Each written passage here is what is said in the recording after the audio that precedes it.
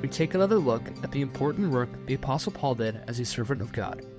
One of Paul's primary objectives was to take the gospel message to the Gentile world. The Gentiles were not descendants of Israel, so they didn't understand Jewish laws and customs. But that didn't matter. The Church of God on earth wasn't about following Jewish laws. It was about trusting in Jesus for salvation.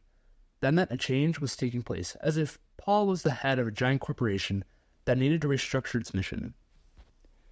Members of the board, this is a significant moment in the history of Old Covenant Incorporated.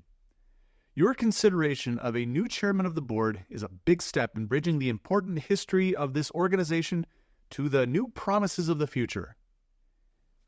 Well, I for one don't like your fancy words, young man. This company has thousands of years of tradition. That's right.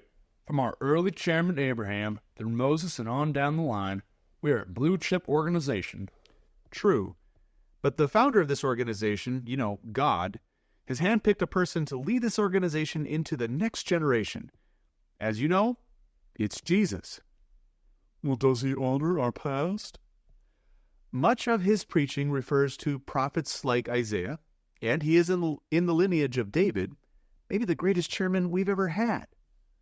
And does he understand our rituals? He grew up in this organization. Besides, he's not coming in here to make obsolete everything that's been created, but to complete the mission that our founder had in mind. This organization will become more balanced, combining the foundation of law with a new foundation of love and grace. It's a new covenant for Old Covenant Inc. A new covenant for Old Covenant Inc.? I like that. Yeah, a little organizational facelift. But does he understand how the people feel about our organization right now? Look, in Jesus, we do not have a leader who is unable to sympathize with our weaknesses, but in every respect has been tested as we have been, but without falling into sin. That means that Jesus is familiar with our strengths and weaknesses as an organization. Okay, yeah, I that's like fine. Yeah, No problem, of course. So what should we expect after voting to approve Jesus as chairman? The vision is going to be cast to a wider audience. We're going public. Whoa. We're also talking about a growth initiative, 100 new churches this year. Wow, I'm impressed. And we're taking a leap into technology. No more scrolls. Jesus and Apple Computer are partnering for a ministry-ready computer platform called the JMac.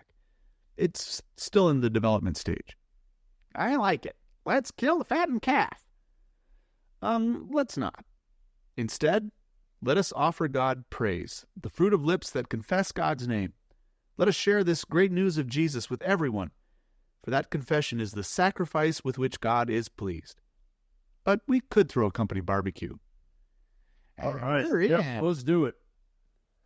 The old covenant that God established with his people required them to follow many laws and customs.